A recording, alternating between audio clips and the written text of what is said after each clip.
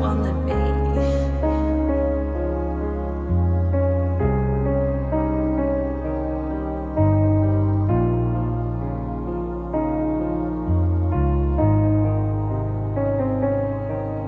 Mahal kong tatay digong, kumusta naman ka? Nagkaon ba ka og tarong og ukira ba jud ka? Daghaning nabalaka sa kahimtang ni Murun, ug daghan ang gamahal maong ikaw mong paabuton. Kay grabe na king krimen na hitabo sa Pilipinas. Daghan na kayong adik kadok na kayong igawas.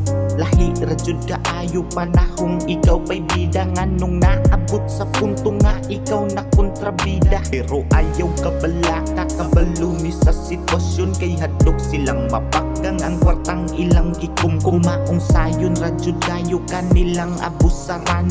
Nagbuhat sa maayo, ikaw pa'y nahimong sadan. Saksi ang Ginoo kung unsa ka kamaayo panahon. Sa pandemya wala yun minangapas mo. Mga adik nang abutan, makita ilang pagbago, karon lahi na ang nilingkod. Ang adik daghan na kayo. Dili ka na mo malintang bisan unsa pa. Tatak na sa mong dughan ng pangalan nga Tatay Digong. Tatay Digong.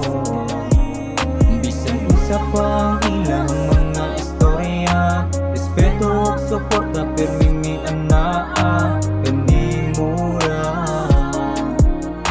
kanimura.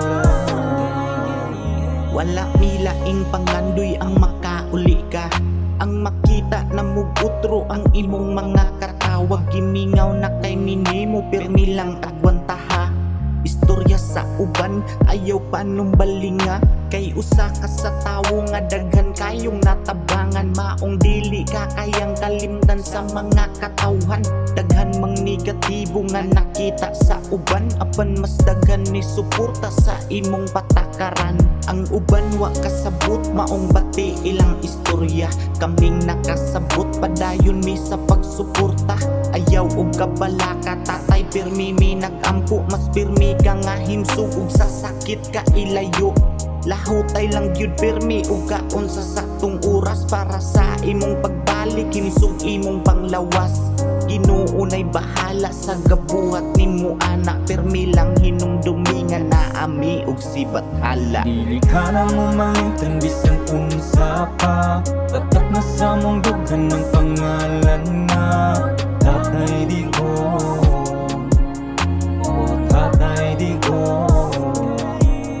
Bisan usa pa ang ilang